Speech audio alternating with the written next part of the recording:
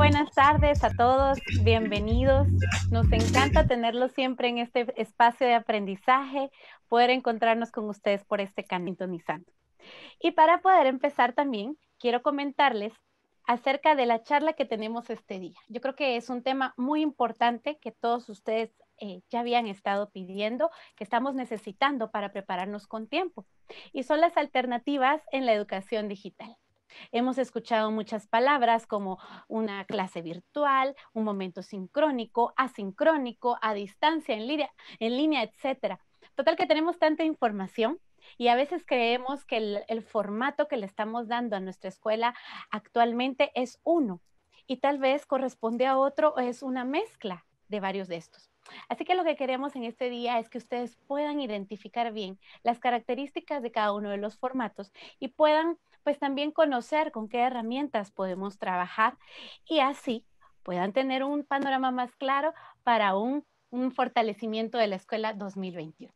Así que para empezar voy a presentarles a nuestros expositores. Quisiera por ahí que encendiera cámaras para empezar el ingeniero Jorge Hernández.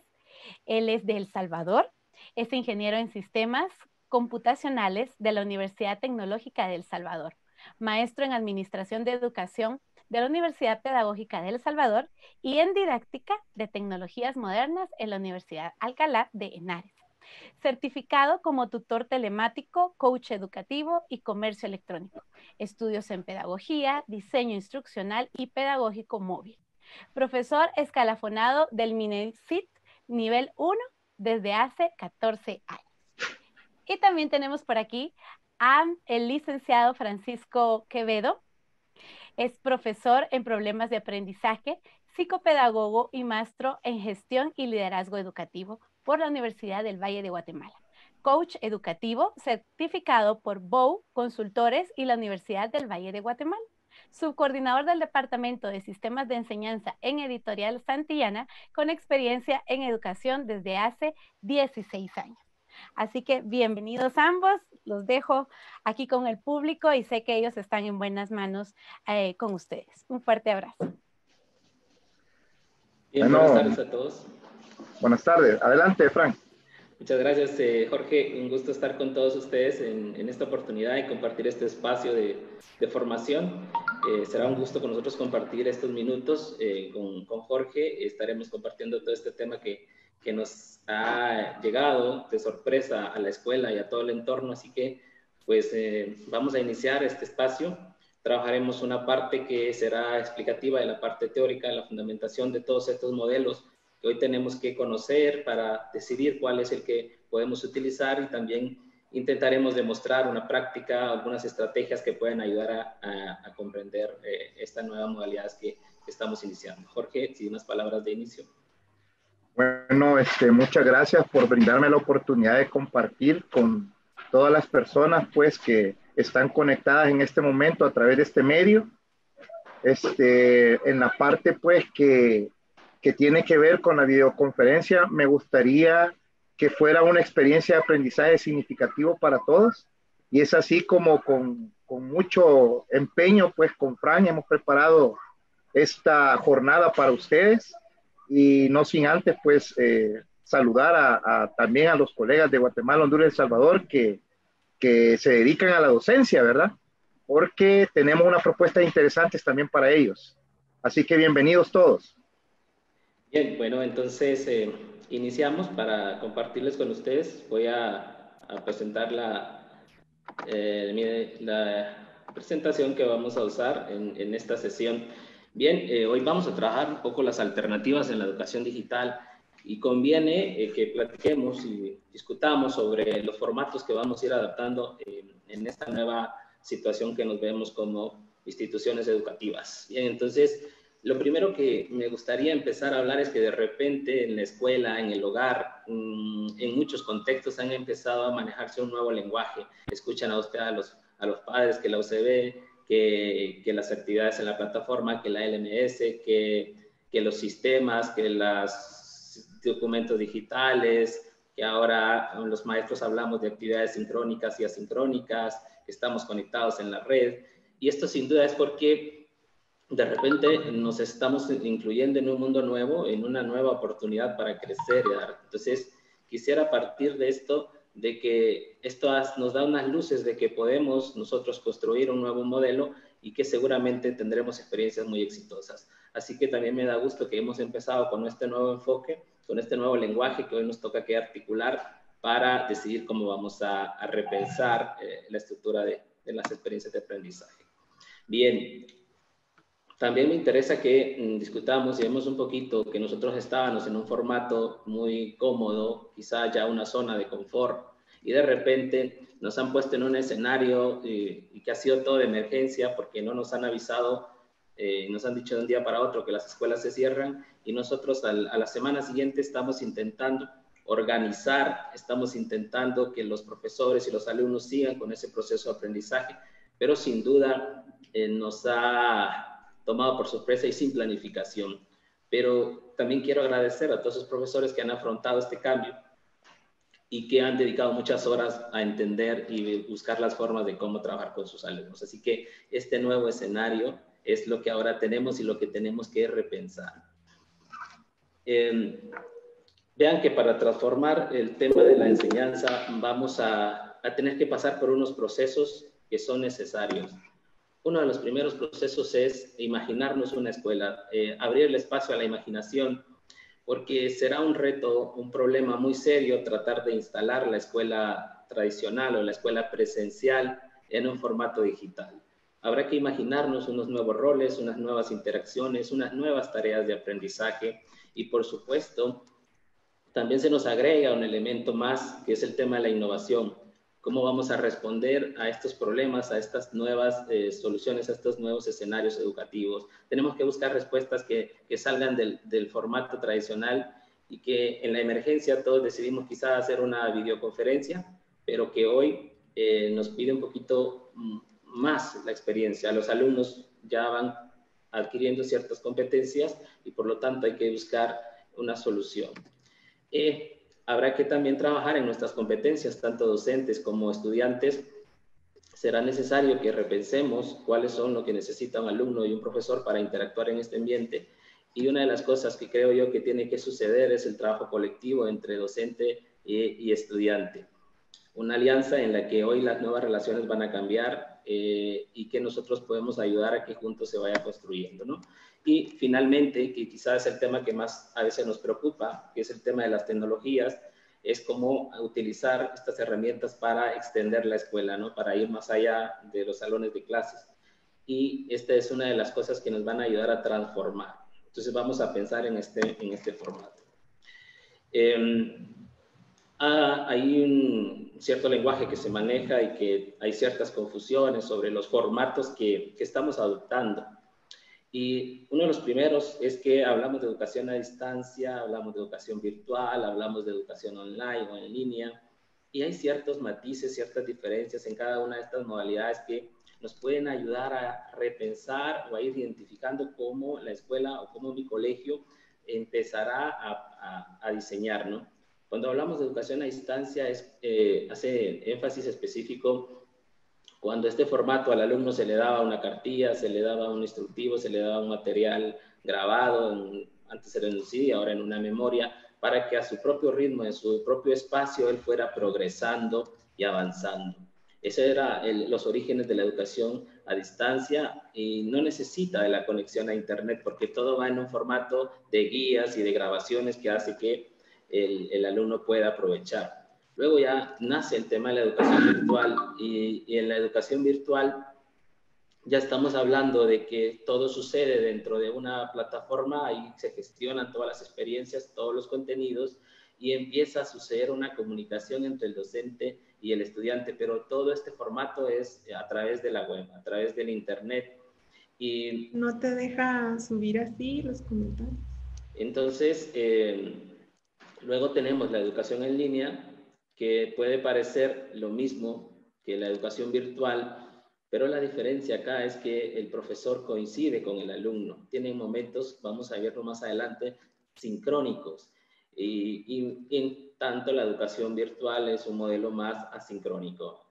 Cuando hablamos de sincrónico nos referimos a que coincidimos en tiempo y en espacio puede ser virtual. Y asincrónico es todo aquello que no necesariamente coincidimos, pero que sigue habiendo una experiencia de aprendizaje, poniéndole de una forma muy sencilla. Entonces, vamos a partir de acá, qué significa estos formatos para que ustedes y todos, creo yo, vamos entendiendo cuál es el formato que vamos a seguir como escuela. Bien, creo que vale la pena que exploremos algunas modalidades de las que hemos estado hablando. Hasta la fecha no tenemos claridad cómo vamos a iniciar el 2021 y es importante ir planificando, teniendo en cuenta una solución por si esta situación la tenemos que continuar así. Y vamos a ver un poquito e-learning, qué es e-learning y qué es mobile learning. Estas modalidades que nos van a permitir quizá facilitar en esta situación y continuar con el aprendizaje de los alumnos. Entonces veamos un poquito que el foco de todos estos modelos está puesto en que, no en que el profesor enseñe, sino en que el estudiante aprenda. Y esto hay que evaluarlo y hay que irlo viendo si en nuestra propuesta educativa efectivamente el alumno es el foco de nuestra experiencia. Y vamos a irlo analizando. ¿Qué vemos cuando vemos un formato e-learning? ¿Qué es lo que estamos entendiendo y qué es lo que tenemos que pensar ya para poderlo llevar a la práctica? Primero, todo esto sucede a través de la web. Tenemos que tener un equipo informático y de las telecomunicaciones que nos permitan interactuar con todos los usuarios que estén dentro de este formato. Todo esto se desarrolla a través de un entorno virtual que generalmente pues, es una plataforma o otro escenario en el que pueden interactuar, llevar tareas, los profesores y los alumnos mantienen una comunicación, los estudiantes trabajan materiales y en función de ellos también generan evidencias de aprendizaje y existe un elemento que es la tutorización que ayuda a que el alumno no se sienta solo. Esto en los modelos que hemos intentado lo hemos olvidado y hemos estado muy enfocados en estar dando la lección, en llevar la videoconferencia por Zoom, pero los procesos de tutorización hacen que el alumno resuelva sus dudas, se sienta acompañado, pueda superar los retos que esté enfrentando en el aprendizaje o en las experiencias que demos. Entonces juega un papel muy importante y es un nuevo elemento que se agrega a este modelo. Y algo de lo que quizá nos queda más cómodo o es más posible que podamos hacerlo, o bien es una posibilidad para implementar un modelo como el que le hemos llamado semipresencial, también lo van a escuchar como blended, híbrido. Este modelo tiene una diferencia del anterior y vamos a ver que por un lado sucede un aprendizaje a distancia como en el e-learning. El alumno tiene cierto grado de autonomía en el tema del tiempo y el manejo de las actividades, pero también sucede un aprendizaje presencial. Hay un espacio que sucede en la escuela, en el aula, que nosotros teníamos acostumbrados y que esto se relaciona. Ahora, ¿cuál es el secreto? El secreto es que tanto la parte del aprendizaje a distancia como el área del aprendizaje presencial estén estrechamente relacionados. No puedo únicamente lanzar actividades en un entorno o en otro sin tener una relación, porque al final, si esto sucede, que hay una relación entre lo que manejamos en la plataforma o en el entorno virtual a distancia y manejamos en el tema presencial, podremos tener la oportunidad de tener un aprendizaje favorable. De lo contrario, generaremos un estrés excesivo porque puede ser que ambos escenarios estén llenos de muchas actividades, pero no necesariamente el alumno está aprendiendo. Entonces hay que decidir acá también qué porcentaje de tiempo o qué actividades o qué retos trabajará en la modalidad virtual y cuáles trabajará en la clase, ¿no? Entonces acá el docente tiene un doble rol. Tiene que ser, por un lado, el profesor que acompaña, que ayuda en la clase, que ayuda al trabajo cooperativo, también, y tiene que ser el tutor que da seguimiento, que orienta a los alumnos sobre los retos, sobre los materiales que va a trabajar. Y eso hace que esta modalidad se enriquezca y el alumno pues tenga un proceso mucho más cercano y por supuesto no perderíamos ese espacio de cercanía que también en la virtualidad puede existir, ¿no? Pero sin duda estamos muy acostumbrados a estar en una escuela física. Bien, entonces esta es la organización del formato. Vamos a trabajarlos así muy rápido porque luego queremos entrar en cómo preparar la escuela, cómo llevarnos a una idea más concreta. Y el mobile learning es una modalidad en la que los dispositivos móviles como el teléfono, la tableta son una herramienta que ayuda a que al aprendizaje. ¿Cuál es la diferencia? que a través de este dispositivo yo puedo facilitar el aprendizaje ubicuo. Y esto hace que, me refiero a que el aprendizaje de este tipo sucede no planificado, no acordado, como una sesión, como una actividad que está en plataforma. El aprendizaje a través de los dispositivos móviles permite que el alumno aprenda en el momento que está y con lo que esté haciendo. Entonces vamos a pensar que de repente el alumno va por su jardín, encuentra una oruga, ve que está sufriendo el proceso y puede grabarlo, puede crear un podcast, puede escribir, y es algo que no necesariamente planeado, pero el profesor tiene un espacio donde el alumno puede ir compartiendo todo esto que va construyendo en el ahora. Y eso es uno de los grandes beneficios en los que se puede trabajar y que también se puede integrar en un modelo como el anterior, como el blended o semipresencial. Entonces, estos tres modelos hay que ir pensando cómo la escuela o cómo me voy a organizar para el siguiente año, cuál es el que más me interesa, cuál es el que me conviene. Sí, me gustaría trabajar concretamente en la parte del estudiante como protagonista. Este es el secreto para que el alumno mantenga la motivación y la atención en las clases. Si el alumno no es protagonista de la actividad que estamos proponiendo, lo perderemos inmediatamente. Entonces, cuando nosotros diseñamos una sesión, hacemos una videoconferencia, ¿quién es el que está activo? ¿El profesor o el estudiante? Los 40, 30 minutos, ¿quién habló? ¿Quién hizo? ¿Por qué? También es otro elemento y súper clave, es que hemos tenido una preocupación excesiva de las herramientas, que no tengo esta, que me falta aquello, pero el secreto no radica específicamente en la herramienta que se está usando, sino en cómo se usa. Y eso tiene que ver con la capacidad pedagógica del docente. ¿Qué tanto puede hacer con una herramienta? Yo puedo pensar en un foro o en un chat, puede ser, por ejemplo, y el docente lo usa únicamente para enviar guías de trabajo. Bien, otro profesor lo está usando porque ha creado una campaña para trabajar la parte emocional. Otro profesor lo está haciendo para tener un debate sobre algún tema importante. Al final, no es la herramienta, es cómo el profesor organiza o diseña la actividad. Entonces, pero por supuesto que son importantes contar con un banco de herramientas que nos permita facilitar experiencias. Pero antes de la herramienta, la parte pedagógica. Y a lo largo de todo este tiempo, seguramente ustedes han descubierto que lo importante es la metodología, cómo he diseñado la estrategia o la actividad para que mi estudiante aprenda.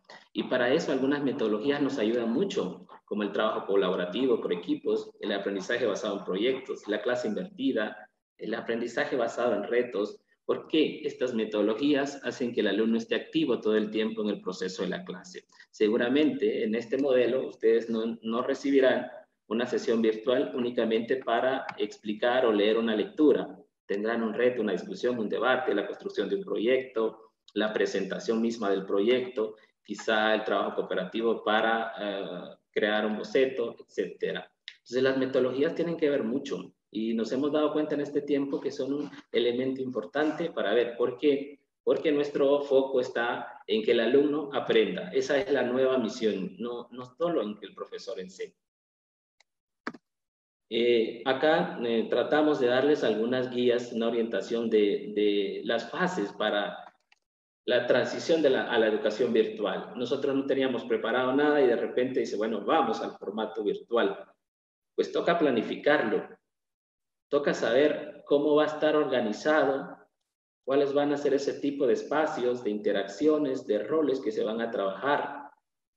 Nos toca imaginarnos, y por esto rediseñar una escuela diferente. Quizá ahora existan nuevos roles, nuevas experiencias de aprendizaje, nuevas metodologías, y tenemos que adaptarlo, porque si insistimos en instalar la escuela que teníamos actualmente hace unos meses en un formato virtual, vamos a terminar muy saturados, muy agobiados, porque es que no cabe.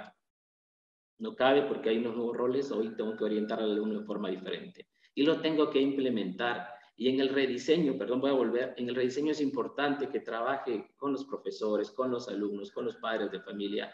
Hay que entender qué es lo que están enfrentando, implementarlos y gestionarlos. Hay que trabajar en este formato para llevar. Este es un proceso que nos puede ayudar a ir pensando, bueno, ¿cómo vamos a funcionar el próximo año? En este elemento quiero darles unos pasos muy concretos para planificar a nivel de colegio. Acá aún no estamos entrando a nivel de clases, pero a nivel de colegio, ¿qué nos tenemos que imaginar nosotros para que la escuela que queremos construir efectivamente sea una realidad? Primero, tenemos que definir el contexto donde están aprendiendo los alumnos. No basta con definir únicamente los objetivos de aprendizaje, sino cuáles son las habilidades que vamos a trabajar, cuáles son esos, la inteligencia emocional, cuáles son esos valores que vamos a integrar, cuáles son los retos que están afrontando los alumnos para entender nuestra propuesta. Luego, tenemos que tomarnos un tiempo para conocer y ahora ustedes ya han ido calibrando. En principio, muchas quejas sobre es que están dejando demasiadas tareas, mi hijo se pasa todo el día trabajando, hay demasiadas sesiones y poco a poco las instituciones han ido analizando y mediando con esta situación. Pero hay que conocer los desafíos de los padres, los desafíos de los estudiantes y los desafíos de los profesores. Hay que trabajar en equipo para poder ofrecer una solución, porque los contextos o las realidades de las instituciones son muy diferentes. Luego, después de esto hay que pensar, bien, ya he definido el contexto en el que estoy, con quién voy a trabajar, cuáles son los retos que tengo que afrontar, y ahora me toca planificar los objetivos de la asignatura. ¿Qué va a trabajar? Pero esto no es que se siente el profesor de sociales y se imagine que va a trabajar en las 24 horas de la semana. Es que todos los profesores que trabajan con los estudiantes se reúnan, trabajen en equipo y decidan cómo van a dosificar y organizar, porque al final el estudiante no va a recibir todos estos esfuerzos que estén trabajando los profesores. Entonces tienen que trabajar en equipo, tienen que planificar cómo se va a organizar la sesión, cuáles son los contenidos, cuáles son los temas que van a abordar en esta unidad, en este año, etcétera.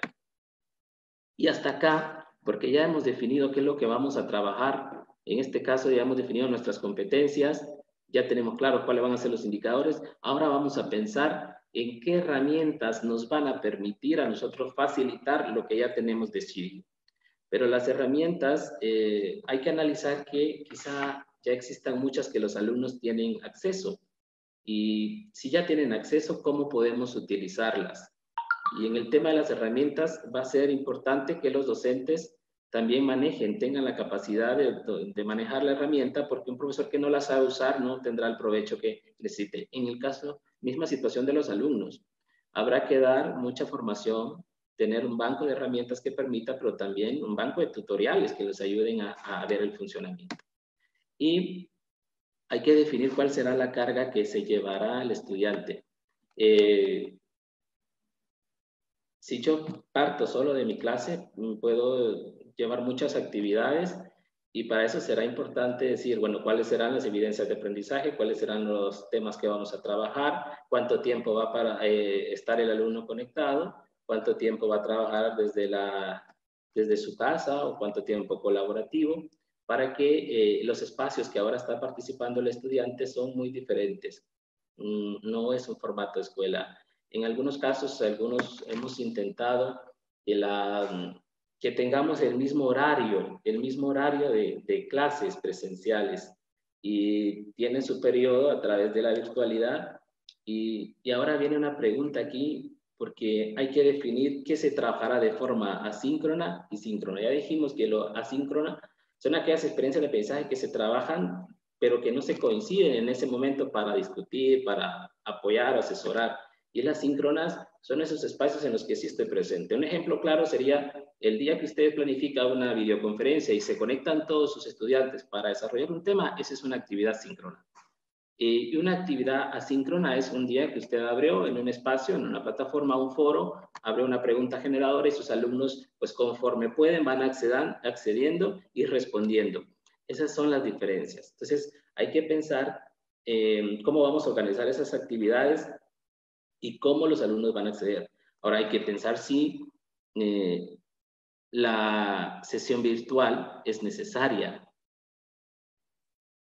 Si es necesaria, porque el objetivo está en que el alumno aprenda. Si eso mismo que yo voy a trabajar de una forma síncrona, presencial, virtualmente, se puede trabajar en otro formato, no tiene sentido que desgaste en el gasto de datos, en el gasto de internet, de tiempo, si lo puede trabajar en otro mismo formato. Entonces hay que decidir. Vean, el tema de las sesiones virtuales, ¿para qué? ¿Cómo se pueden utilizar? Se pueden ir al principio de la semana. Al principio de la semana para dar todas las indicaciones de cómo vamos a trabajar, para el cierre de la semana, para las conclusiones o las ideas claves, para hacer que los alumnos hagan una presentación o muestren las evidencias de aprendizaje que están logrando, para que trabajen cooperativamente los alumnos, o bien para que explicar un tema que es complejo, pero no todos los temas, a lo mejor se pueden llevar de otra forma. Entonces, algunas ideas que pueden ayudar. Y necesitamos saber si los estudiantes están aprendiendo y cómo logramos eso. Tenemos que tener definido claramente cuáles van a ser las evidencias que un alumno me va a presentar para decir que efectivamente aprendió. Y las tareas tienen que estar pensadas en el formato, en el enfoque que tiene, para que tengamos claridad. Pero no basta únicamente con que me entregue evidencias. El profesor tiene que analizar, y aquí es donde entra el tema de la evaluación, tiene que reflexionar sobre esas evidencias para que pueda tomar las decisiones en todo el proceso. De lo contrario, podemos llegar a un espacio en el que, sorpresa, el alumno tiene muchos retos pendientes y tiene que retomar el proceso. Entonces, la evaluación va a ser un elemento clave. Y por supuesto, antes quizá no estaban las familias tan unidas a este proceso educativo y hoy los papás están jugando un papel clave y tenemos que integrar en la propuesta qué vamos a comunicar, cómo y cuándo lo vamos a hacer. Tenemos que darles un formato organizado de las actividades, de los retos, paso a paso. Si un papá me tiene que llamar a mí 5 veces para comprender la instrucción, algo no estoy haciendo bien. Aquí hay que ser muy minucioso y hacer muy clara la instrucción de paso a paso para que él sea ese apoyo y no lo vea como una amenaza. También hay que entender qué, pero hay que discutir aún qué le vamos, cuándo, cómo se lo vamos a comunicar. Bien, estos son un poquito los pasos desde el colegio. Entonces, ojo, con esta parte que tenemos que pensar más macro. Pero luego, y con esta parte, porque luego queremos ver lo práctico, vamos a pensar en una planeación. Y cuando vamos a pensar en una planeación, tenemos que pensarnos vamos a imaginarnos una semana, en este caso, y lo primero que recomendamos es que haya una bienvenida, que se abra un espacio para presentar todos los retos que van a trabajar, cuáles van a ser los tipos de las actividades, qué roles va a jugar el estudiante, cómo se va a relacionar, qué se espera de él a lo largo de este trabajo. Se lo tenemos que decir con mucha claridad, porque él tiene que adaptar todos los roles que le correspondan. Hoy no puede ser un ente pasivo, como decíamos anteriormente. Luego, hay que transmitir, bueno, cuáles van a ser los objetivos. Esta es nuestra competencia, estos son nuestros indicadores de logro de esta semana, cómo los vamos a trabajar, que sepa qué es lo que está haciendo y vamos a vincularlo mucho con la metodología didáctica. Cómo vamos a trabajar, cuáles las actividades que va a presentar, qué espacios vamos a tener para interactuar, discutir, presentar el material que estemos desarrollando. La metodología va a ser clave, qué se espera del estudiante y cuáles van a ser los pasos que vamos a seguir para este trabajo que estamos siguiendo. Y por último, pues habrá que transmitir, por supuesto, cuáles son esos contenidos que vamos a desarrollar. Aquí tiene que ser una organización muy clara. Este es el tema principal, estos son los 2 o 3 subtemas sobre los que estamos trabajando. Y puede ser a través de un mapa mental, en una infografía. Ahora de muchas herramientas nos permiten presentarlos de esa forma. Y finalmente llegamos al tema donde principalmente estamos enfocados, que son las actividades, ¿no? Lo que tiene que hacer el estudiante. Pero estas actividades deben ir estrechamente relacionadas con el indicador de logro, con sus objetivos, y estas actividades deben estar específicas, paso a paso, incluso con los apoyos. A veces los profesores le dicen, haz un mapa mental en internet, ¿no? Así le dicen, haz un mapa mental y usa internet. Ok, ¿y cuáles serían las herramientas que un alumno tendría que usar para poderlo realizar? Tenemos que facilitar esta parte y en la medida de lo posible, si tenemos un tutorial, ayudará mucho a que sea amigable el proceso. No podemos únicamente lanzar la actividad y que el alumno sea el que lo investigue. El profesor tiene que ser el primero, conocer y dar las oportunidades a padres también para que puedan apoyar. Y finalmente está el tema de los recursos y materiales. Y los recursos y materiales Antes se quedaba mucho en el plan del profesor, ahora tiene que ser de conocimiento del alumno. ¿Dónde va a encontrar la lectura que tiene asignada para la semana? ¿Dónde va a encontrar el video tutorial, la descripción de la tarea, el enlace para la sesión virtual de cierre? Todos estos materiales deben estar en un espacio donde pueda acceder, que no sea que cada día me esté llamando, es que perdí la guía, que me la envíes, que no la encuentro. Tenemos un espacio para que los recursos que van a utilizar dentro de la semana, el estudiante sepa dónde ir, dónde encontrar y poderse organizar y resolver su vida. Porque tenemos que trabajar mucho en la competencia de la autonomía. Sin duda, al inicio, ahorita, todos los alumnos han sido un reto y nos damos cuenta que a lo mejor no tenían las competencias que nosotros considerábamos, pero hay que trabajarlas. Si queremos alumnos que sean autónomos, hay que generar experiencias de aprendizaje que ayuden a eso. Si nos vamos por la otra vía, no vamos a llegar a esa competencia y tendremos más retos. Y finalmente, pues, hay que definir claramente qué se espera, qué evidencias el alumno va a entregar y que nos mostrarán si realmente aprendió. Y no me refiero a esto únicamente con que sea un cuestionario, puede ser distintos tipos y dependiendo de la metodología que se esté usando, pero hay que definir. Si usted le deja una guía a un estudiante, no le envíe la rúbrica el día que lo va a calificar, lo tiene que recibir con su herramienta y especificar los criterios de evaluación. Bien, aquí vamos un poquito cerrando ya la parte teórica para pasar a la parte práctica y únicamente cierro con este último tema que para que nos tengamos una idea más clara, porque ¿cuál va a ser el modelo de impartición que vamos a adaptar en el colegio?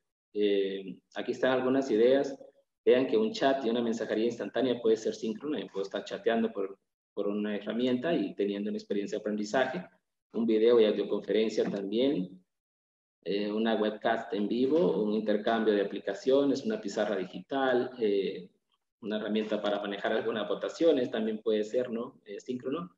Y lo asíncrono, perdón, puede ser un mail, un foro de discusión, un wiki, un blog, transmisiones por la web. Entonces, cuando pensamos en una clase, en una experiencia de aprendizaje, tenemos que integrar tanto experiencias que sean síncronas como asíncronas y deben estar estrechamente relacionadas para que el aprendizaje suceda.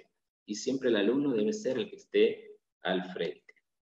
Bien, yo voy a cerrar con esta parte y voy a ceder el espacio a Jorge para que nos ayude a ver ahora todo esto que hemos hablado, estos conceptos, hacerlo realidad en un modelo, en una práctica que nos va a mostrar acá. Jorge, ¿estás por acá? Aquí estoy, Fran, gracias. Listo. Entonces, bien. Dejo de compartir y te dejo el espacio. Muchas gracias, Fran. Bien, estimados invitados, definitivamente una buena teoría nos va a llevar a hacer una buena práctica. Ahora, todo lo que ha comentado Fran en la teoría, pues nosotros queremos que vivan la experiencia. Y es por eso que hemos creado un escenario virtual que les permita a ustedes empoderarse, ¿verdad? Y ir explorando cada uno de los componentes que comentó Fran. Y por supuesto vamos a ir modelando con una práctica. Así que voy a compartir mi pantalla sin más preámbulo. Mientras comparto, les comento. Les van a decir cuál es el enlace que se ha creado para ustedes y también el usuario y contraseña para que puedan entrar a la plataforma en donde hemos creado un escenario que permita pues ver todos esos componentes asíncronos y síncronos que comentó Frank y también cómo es que nosotros los que diseñamos cursos virtuales, ¿verdad? Nos enfocamos en ciertas estructuras. Porque el diseño de curso virtual es a lo que también parte de mi trabajo en la empresa y por eso pues nosotros con Fran cuando estábamos viendo qué parte íbamos a impartir cada uno, ¿verdad? Yo pues quería pues compartir estas experiencias con ustedes ya que llevo un aproximado de 9 años creando cursos virtuales en Santillana. Así que voy a solicitar de favor a las personas que nos están asistiendo de que puedan compartir el enlace con ustedes y el usuario y la contraseña. Ahorita estoy usando un navegador, en este caso el navegador de Google Chrome, y en la página, en la barra de direcciones de esta página, aparece la dirección formacionsantillana.com. Entonces, ustedes verán una portada como la que en este momento aparece, ¿verdad? Acá. Entonces, cuando ya estén acá en esta portada, por favor, busquen la sección donde está el nombre del usuario y la contraseña para que puedan, por favor, digitarla. Entonces, repito, formacionsantillana.com, usuario, se los van a compartir, usuario 124, por ejemplo, y contraseña usuario 124. Y luego, pues, van a ingresar a la plataforma. En este caso, pues voy a ingresar yo con un usuario y contraseña. Vamos a ver, usuario. Yo voy a ingresar con otro usuario. Y hago clic, pues, en este botón de color celeste con puntita de flecha que apunta hacia la derecha. Me espero y vamos a ingresar.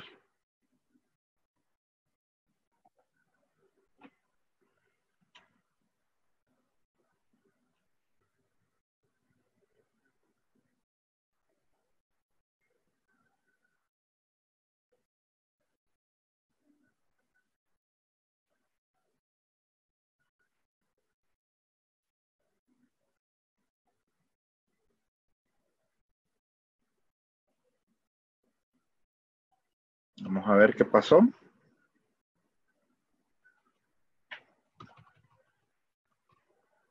Usuario. Vamos a ver.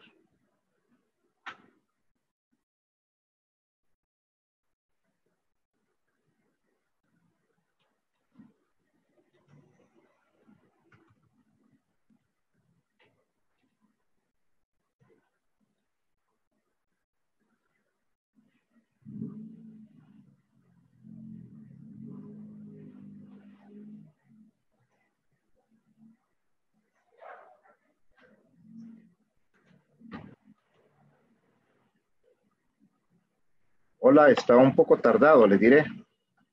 Vamos a probar entonces, voy a abrir otra página. Vamos a ver. Formacionsantillana.com. Wow.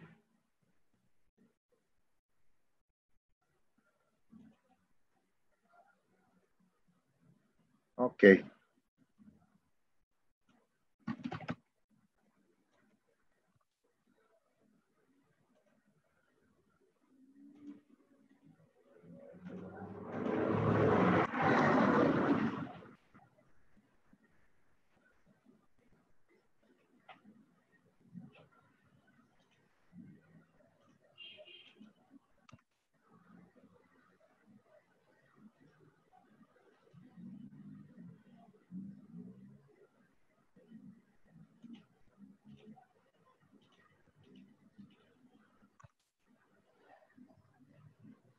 Bueno, al parecer tengo problemas de conexión. Voy a dejar de compartir. Déjenme intentarlo de nuevo. Claro, ingeniero, no hay problema. Entendemos que a veces pasan estas situaciones, así que tranquilo ahí, podemos ir cargando. Si gusta, mientras le carga, yo tengo aquí ya un par de preguntas para Francisco. Ok. Tal vez podemos adelantar un poquito, ¿verdad? Aquí voy a... Gracias, Fran. Claro Gracias. que sí, Vani. Adelante. Fíjate que acerca de tu intervención, quisiera hacerte dos preguntas. Justo, ay, a ver, creo que aquí no me ven. Ahorita voy a entrar ya con cámara. Bueno, justo tiene que ver con este momento síncrono. Tú hablabas en el modelo de impartición sobre herramientas, pero ¿qué actividades nos sugieres hacer en el momento síncrono? Porque vamos, hay muchos maestros que lo que hacemos es entrar con los chicos a leer el libro, cuando probablemente eso puede ser algo que ellos hagan fuera, a menos que sean niños pequeños y estamos revisando su lectura, ¿no? Ya tendría otro objetivo. Pero cuéntanos, ¿qué tipo de actividades podemos trabajar para esos momentos síncronos? Bien, los momentos síncronos es importante no cargarlos excesivamente porque agotan. Entonces hay que pensar estratégicamente cómo será útil ese espacio. y generalmente se recomienda que sean espacios entre 30 y 40 minutos para los mayores y entre 20 para los peques, para poder interactuar. Pero estos espacios tienen que ser, como decía al principio, momentos para interactuar con el alumno. Si pensamos en un modelo, por ejemplo, de clase invertida, todas estas actividades que son de comprender, de memorizar o de aprender un contenido, pueden trabajarse con un video que el docente podría grabar y explicar. Pero la clase asíncrona puede ser un espacio para practicar, para analizar, para evaluar, para crear. Entonces son espacios en los que los alumnos van a estar activos y quizás no son espacios para escuchar al profesor dictar una lección, porque eso lo podría hacer a través de un video, a través de un audio y enviarlo para que el alumno pueda participar. Entonces, como decía al principio, puede utilizarlo como la explicación de la semana, ¿no? Todo el ejercicio que vamos a trabajar, cómo va a estar organizado, cuáles son los retos, las evidencias, qué tipo de actividades vamos a hacer. Puede hacerlo para trabajar, hacer un proyecto colaborativo con los estudiantes y discutir algunas cosas principales, para trabajar quizá también un tema que es complejo. Hay temas que no se pueden quizá explicar en un video, necesitamos tenerles ahí, cuestionarles, ponerles ejemplos, modelar. Ese sería quizás un espacio para que el espacio asíncrono tenga mucho valor. Muy bien. Veo que ya el Inge está por aquí, nos indica si ya se va a unir con la demostración. Si no, tengo también otra pregunta por aquí para Fran. Sí, Vane, ya logramos conectarnos, ¿verdad? Listo. Había un momento que nos habíamos quedado, no sin conexión, ¿verdad? Pero sí, ya entré a la plataforma. Muchas gracias. Perfecto, perfecto. Adelante, ingeniero. Bien, Gracias, Francisco. entonces, sí, muchas gracias. Bien, les decía que he requerido un entorno virtual de aprendizaje para poder ver toda la parte teórica que comentaba Frank. Por ejemplo, voy a ingresar a esta sección de nuestra plataforma con un usuario y contraseña pues diferente para que ustedes la vayan conociendo. Esta plataforma es un entorno virtual de aprendizaje. En ella vamos a encontrar una serie de materiales que incluye libros de texto para diferentes niveles, incluye también materiales de planificación, etcétera. Pero sin más preámbulo, pues mejor voy a entrar para que lo vayan viendo. Este es el entorno de EVA. EVA es una plataforma que tenemos en Santillana, en donde las clases están, digamos, alojadas por niveles. En este caso, pues he abierto una en un entorno de EVA de El Salvador, ¿verdad? Por ejemplo, tenemos acá lo que se conoce como tercer ciclo, que sería séptimo, octavo y noveno. Tenemos acá bachillerato, quiere decir primero y segundo año de bachillerato. Tenemos segundo ciclo, primer ciclo y tenemos parvularia. Para que ustedes conozcan este entorno virtual, porque es necesario pues tener un libro digital, ¿verdad? Esta es una propuesta que nosotros como Editorial Santillana tenemos. Voy a abrir segundo ciclo para que ustedes lo vean. En segundo ciclo están cargados los libros. En este caso, pues, en El Salvador tenemos la serie Creativos, que es de matemática, que es una nueva serie debido a que cambió el programa de estudios del Ministerio de Educación, ¿verdad? Tenemos lenguaje, tenemos sociales, tenemos ciencias, etc. Si yo entro a uno de los libros, en este caso voy a elegir estudios sociales de sexto grado, ustedes encontrarán, por ejemplo, este tipo de materiales. Tenemos el libro seccionado por unidades, es decir, la unidad, digamos, de estudios sociales 6, la unidad 1, la tenemos aquí seccionada. Voy a entrar a ella para que la vean, porque de pronto el libro de texto que está seccionado les puede servir para impartir sus clases. Y vea cómo se proyecta este libro. Y ya ven que es de fácil acceso a él, ¿verdad? Tenemos la portada y con la barra horizontal nosotros podemos navegar dentro del libro digital. Si se ve muy pequeño el libro, también en esa misma barra podemos nosotros manipularla de tal manera que las hojas pues se hagan un poco más grandes y los chicos lo visualicen mejor. También lo podemos mover con el ratón. Ustedes observan. Miren. Entonces este libro también está rico de recursos. En esta cajita de color azul, de bordes azules, nosotros tenemos alojados recursos que están relacionados con la unidad. Y tanto para Guatemala como para Honduras existe una versión de EVA digital, ¿verdad? En donde tienen el libro digital basado en unidades y también tienen los recursos como actividades digitales.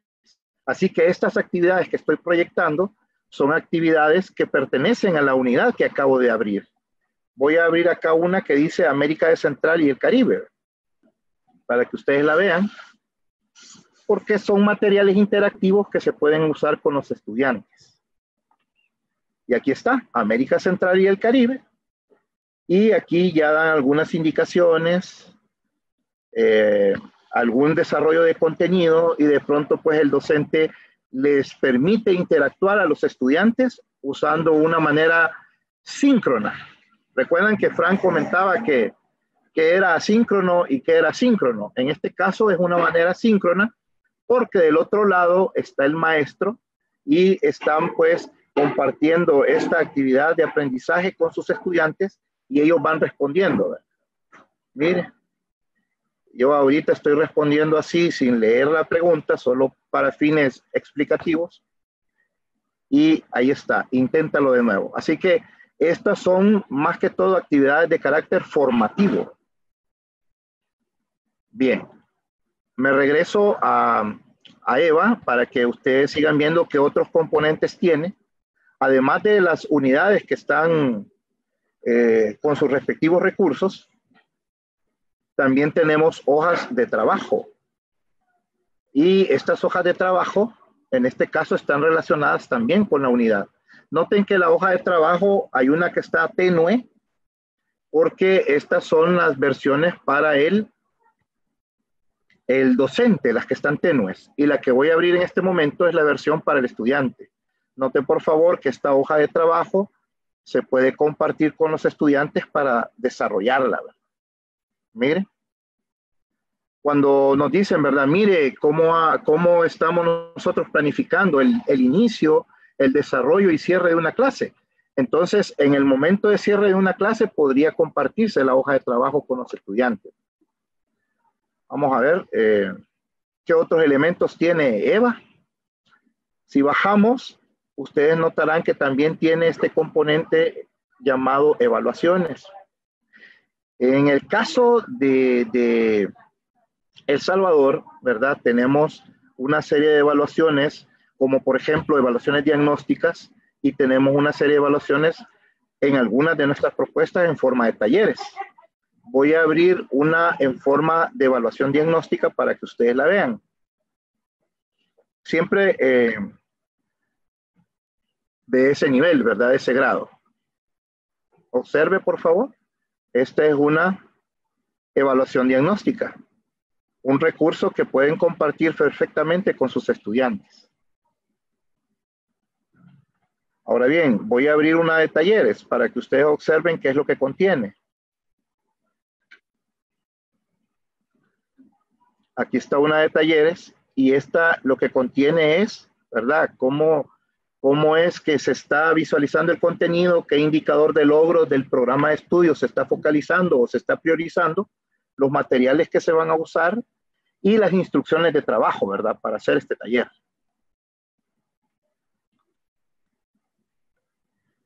También tenemos una serie de generadores, como por ejemplo, generador de glosarios, generador de ideas importantes, ¿verdad? Para que lo puedan ustedes visualizar, voy a abrir uno.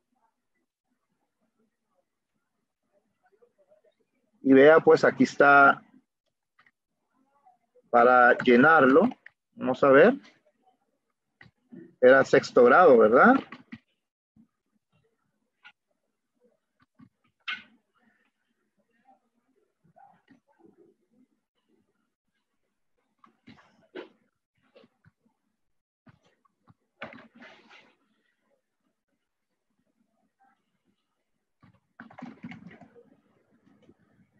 Etcétera, ¿verdad? Aquí se generan todas las ideas.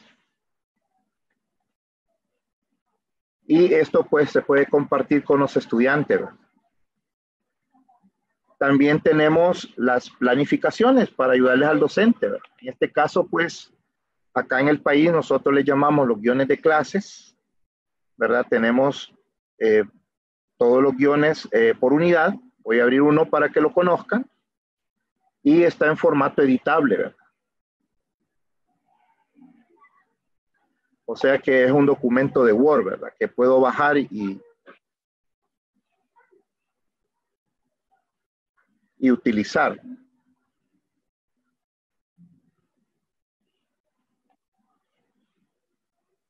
Ahora, como estoy en el navegador, lo bajé en un documento de Word, ¿verdad? Ya luego se los comparto para que ustedes lo vean también. Bien. Por lo tanto, tenerlo en Word significa que lo puedo editar, ¿verdad? Y adecuarlo a la idiosincrasia de la institución.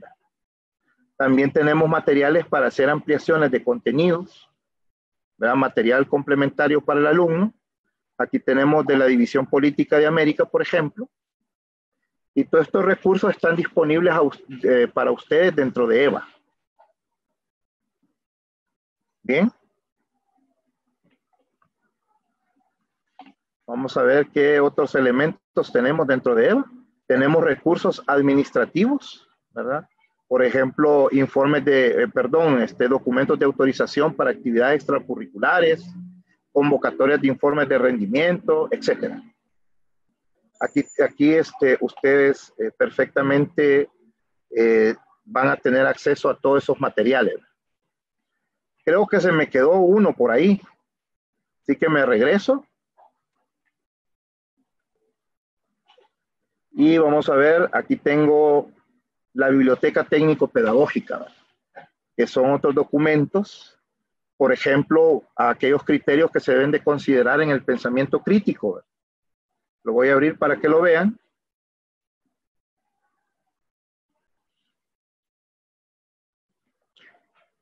Y aquí aparecen pues esos criterios, ¿verdad? Justicia, claridad, exactitud, precisión, importancia, lógica, relevancia, etcétera. Que son los criterios que uno toma en cuenta para valorar ese pensamiento. Y esto, pues, a grandes rasgos, es lo que contiene nuestra propuesta digital EVA, que permitiría a los docentes crear experiencias de aprendizaje. Ya ve, pues, el contenido ya está desarrollado. El problema que se presentan en los entornos virtuales de aprendizaje es que hay muchos entornos, pero que sus contenidos no están desarrollados y le toca al docente hacerlo. Así que voy a dejar por un momento de compartir para hacer otra prueba que quería yo mostrarle, ¿verdad?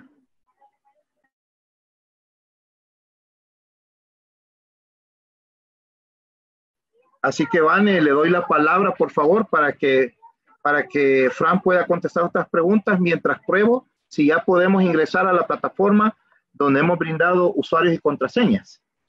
Sí, justo, ingeniero, le comento que tuvimos un problema, al parecer un error 502. Si usted nos puede ayudar ahí para que la gente pueda tener acceso a la información, ¿verdad? Eso le agradecería mucho. Y pues por ahora pedirle aquí a Fran el apoyo